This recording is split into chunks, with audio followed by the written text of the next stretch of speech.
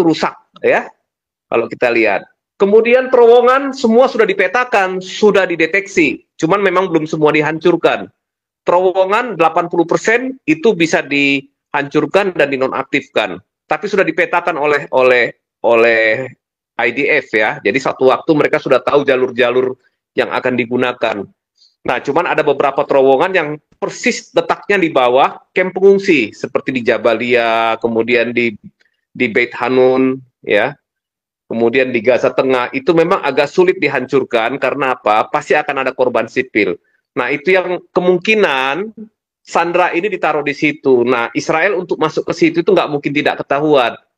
Nah, itulah yang memutuskan, akhirnya Israel, oke lah, bernegosiasi dengan gencatan senjata ini supaya sandera itu bisa diselamatkan. Karena kan tujuan perang ini kan salah satunya adalah membebaskan sandera. Tetapi karena memang tempat persembunyian sandera itu tepat di bawah kamp pengungsi, itu agak sulit. Makanya itu kalau saya di TVW itu saya libas semua, itu nggak pakai sungkan-sungkan. Ibu Monik itu terlalu sungkan ya. Kalau ngomong itu terlalu sungkan. Saya udah pernah ngomong sama Bu Monik, ya dah, kalau saya kayak Pak Paul nanti orang pada takut undang saya. Bener juga. Makanya dia seakan-akan kalah terus kan, supaya orang undang dia terus. Jadi dia bisa kasih tinggal orang yang waras, yang mikir. Kalau saya ngomong begitu, saya libas semua itu ya, nggak pakai ngaling-ngaling begitu.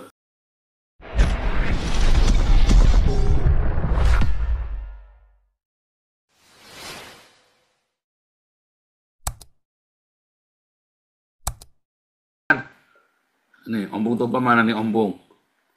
Ompung. Tes suara Pak Paul. Merdu, Ompung. Merdu. Wah, bagus tuh Pak Paul sudah buat resumenya. Nah, kembali lagi kan, ya sekarang para pendukung Hamas dan Hamas mengaku menang. Nah, ini kita harus lihat dulu. Kalau misalnya bicara perang, sebelum perang bagaimana situasi kita, gitu ya. Dan bandingkan nanti sesudah perang. Apa perubahannya mengarah kepada yang lebih baik? Tidak. Coba kalau kita lihat, sebelum perang, Gaza itu lumayan kota yang bagus. Ya, infrastrukturnya cukup lengkap, gedung-gedungnya juga bagus, karena ini semua dulu dibangun oleh Israel pasca perang lawan Mesir tahun 1967. Jadi Gaza dibangun oleh Israel menjadi sebuah kota modern. Tadinya itu cuman ya kota-kota dengan gedung-gedung tradisional ketika perang 6 hari. Nah, kemudian kemudian Gaza dibangun juga pertaniannya, dibangun dengan tanaman dengan produk-produk pertanian yang bisa ditanam di rumah kaca dengan teknologi dan pengairan. Ekspor tanaman-tanaman kayak semacam bunga atau misalnya buah-buahan, sayur-sayuran, itu dari Gaza itu sampai diekspor ke Eropa ketika masih diduduki oleh Israel, ya. Nah, itu kalau kita lihat sebelum 7 Oktober, Gaza masih kelihatan bagus. Tapi kalau sekarang kita lihat sesudah 7 Oktober, apa yang terjadi dengan Gaza? 90% itu infrastruktur hancur. Bangunan 70% rumah itu rusak, ya.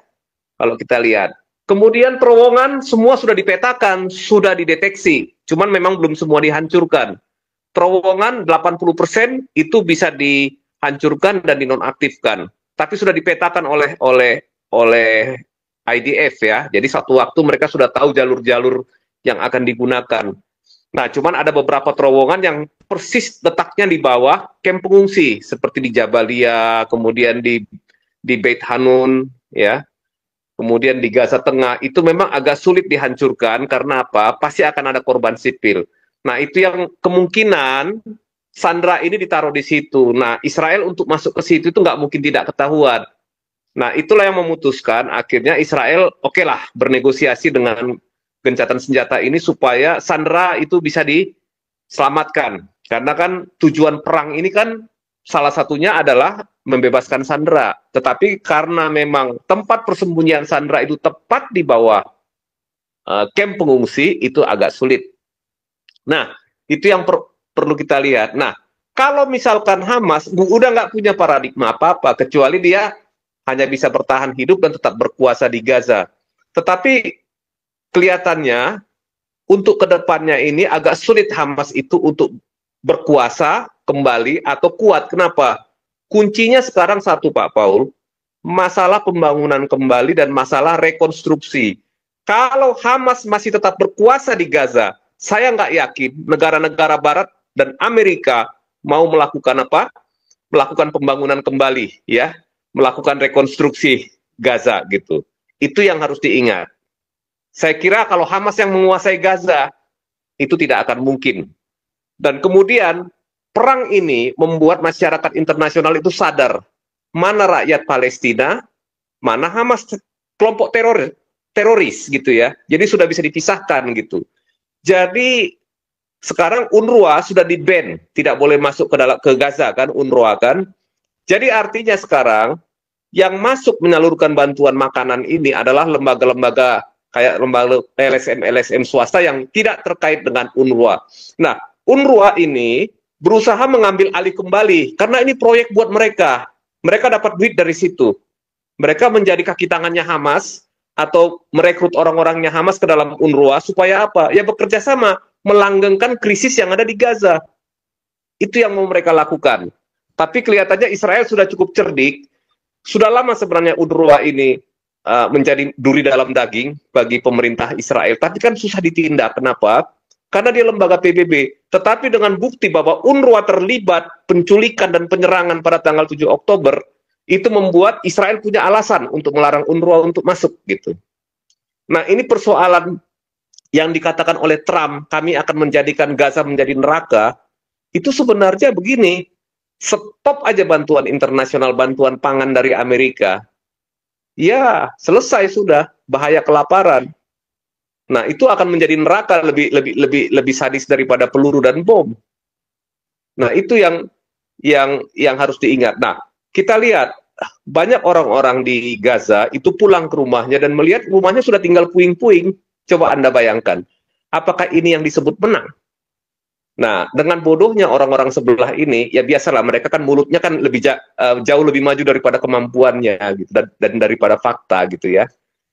Itu mengatakan kami menang, tetapi mereka begitu pulang lihat rumahnya jadi puing-puing. Apa yang diharapkan dari situ? Dia dapat apa? Kalau kita menang dalam satu hal, kita dapat apa? Itu yang tinggal kita hitung. Ini nggak dapat apa-apa. Rakyat Gaza itu nggak dapat apa-apa. Yang dapat uang itu ya ini Hamas. Tetapi sekarang kelihatannya dalam perang ini hampir seluruh proksi Iran itu hancur. Ya, Hezbollah sudah habis juga ya di utara. Kita lihat, ini kan juga kan masih tahap pertama ini. Kemudian ya Hamas sudah ini tahap pertama juga masalah pertukaran sandera. Kemudian Suriah pemerintahan Bashar al-Assad runtuh. Jadi semua proksinya Iran di Timur Tengah yang ada di sekeliling Israel itu sudah hancur. Itulah akibat dari perang tanggal 7 Oktober ini. Kalau mungkin 7 Oktober tidak terjadi, mereka sekarang masih hidup dan masih selamat. Kita lihat, Yahya Sinwar, Muhammad Deif, ya, Ismail Haniyeh, udah ngapain sekarang mereka? Lagi bersenang-senang dengan 72 bidadari. Demikian juga Nasrallah, ya, dan petinggi-petinggi Hezbollah lainnya. Habis semua kan? Nah, sekarang tinggal Iran. Saya dengar berita dari teman pengamat ekonomi yang di luar, itu lagi akan jatuh itu. Kenapa? Krisis ekonominya sudah sangat parah gitu. Nah, nanti Trump ini berkuasa, pasti sanksi ekonomi yang jauh lebih berat itu akan dialami oleh Iran. Sementara Rusia tidak bisa menolong dia. Kenapa? Rusia sedang terjepit secara ekonomi juga akibat perang dengan Ukraina. Bahkan Rusia kan hampir menarik seluruh pangkalan militernya di mana? Dari Suriah. Cuman ya masih diberi kesempatan oleh ini Al-Jolani ini, pemerintahan Suriah yang baru. Nah, pemerintahan Al-Jolani ini juga bukan pemerintahan yang kuat. Sewaktu-waktu Suriah juga bisa pecah 4 ya. Di selatan itu ada Druze, di barat ada ISIS, timur laut ada Kurdi, di utara ada HTS. Bisa pecah 4. Jadi secara formal dia mengaku bahwa dialah pemerintah yang resmi di Suriah sekarang. Tetapi fakta de factonya ini sangat fragile, ya, sangat gampang pecah gitu. Jadi kalau dikatakan Israel itu hancur, Israel sudah kalah, mitos Israel itu semua sebenarnya media-media sebelah ini kan seperti media-media orang yang sedang masturbasi atau halusinasi gitu. Jadi apa yang mereka inginkan itu yang mereka nyatakan, tetapi itu jauh dari fakta yang terjadi, Pak Paul. Tadi juga saya sempat lihat di TV One itu, Bu Monik, mantap juga gitu ya. Artinya apa? Seorang profesor bisa jadi tolol gitu, jadi nggak ngerti sejarah begitu bicara tentang Palestina gitu ya. Cuman ya untungnya di situ banyak yang berkomentar di kolom kolom komennya itu menyuarakan fakta-fakta yang sudah Pak Paul buka di channel Pak Paul ini gitu ya. Hampir setiap malam bahas Israel kan. Jadi orang-orang yang waras dan paham kebenaran dan sejarah itu sudah bisa membedakan mana propaganda, mana fakta, mana hoax gitu. Nah, itulah bagusnya channel-channel seperti Pak Paul dan beberapa channel-channel Kristen yang lain gitu ya. Jadi orang Kristen itu tidak bisa digiring-giring, dibuat rendah diri. Karena apa? Karena propaganda dan pemberian disinformasi dan fakta hoax dari orang-orang sebelah ini. Begitu Pak Paul gitu. Nah, ke depannya masalah pemindahan 2 juta itu. Nah, sepertinya pemerintah Konoha ini menolak. Ya memang mungkin ya nggak masalah juga buat Israel. Kenapa? Begitu nanti itu ditolak, artinya apa? Pembangunan Gaza kembali akan tertunda atau akan lambat. Dengan kondisi lingkungan yang seperti itu, saya kira itu nanti akan jadi masalah. Kenapa? Kondisi lingkungan yang sudah tidak sehat, saya kira itu ada pencemaran juga ya. Karena kalau kita lihat amunisi itu kan bahan kimianya kan juga banyak, ya. Kemudian juga kotor, pencemaran. Mau membangun itu bagaimana? Sementara penduduk sipilnya masih di situ. Nah, sebenarnya Trump sudah berbaik hati memberikan tawaran untuk direlokasi sementara dulu. Tetapi framing yang dibuat kan sengaja bahwa ini untuk menyingkirkan bangsa Palestina gitu supaya Israel bisa masuk. Andai kata saya pemimpin Israel dengan kondisi begitu, pasti nggak akan mau Pak masuk ke Gaza. Saya kira Israel juga nggak akan mau. Kenapa? Ketika Israel nanti menguasai Gaza, dia harus menanggung biaya rekonstruksinya, biaya pembangunan kembali. Dan saya kira hitung-hitungannya Israel nggak akan sampai ke sana. Ngapain dia buang uang, buang dana gitu ya. Kenapa? Karena ya Gaza kan bukan suatu tempat yang, bukan suatu tanah yang kaya atau yang punya sumber daya alam. Nggak seperti itu. Klaim Israel dulu pernah ada di Gaza, yaitu adalah dari perjanjian lama, itu adalah warisan terhadap suku Manasye atau suku apa itu ya. Nah itu nanti bisa dilihat. Hanya itu aja, tetapi kalau dari sisi geopolitik itu tidak membawa keuntungan bagi Israel. Kalaupun Israel harus menduduki Gaza, tetapi orang-orang yang IQ-nya cuma 78 langsung menuduh, oh Israel mau menduduki dan menjadikan Gaza daerah pemukiman. Seperti tadi yang video yang Pak Paul putar. Nah itu makanya aneh kan. Saya kira dia pasti udah S2 atau S3, tapi begitu udah bicara tentang ideologi, otaknya langsung jadi dungu Pak Paul gitu. Oke, kira-kira begitu aja dulu Pak Paul. Mungkin teman-teman di sini bisa menambahkan. Terima kasih Pak Paul.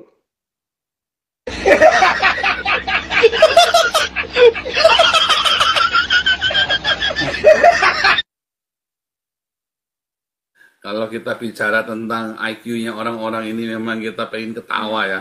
Ketawa tapi mau jengkel, tapi ini cuma bisa ketawa ya, gobloknya minta ampun ya. Makanya itu kalau saya di TV Wah itu saya libas semua itu nggak pakai sungan-sungan. Ibu Monik itu terlalu sungkan ya. Kalau ngomong itu terlalu sungkan. Saya udah pernah ngomong sama Bu Monik ya. Kalau saya kayak Pak Pau nanti orang pada takut undang saya. Bener juga.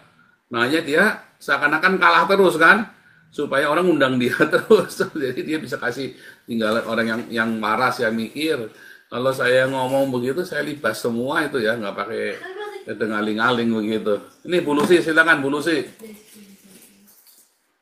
Shalom Bapak Pastor Paul. Nah, Bu Lucy, salam.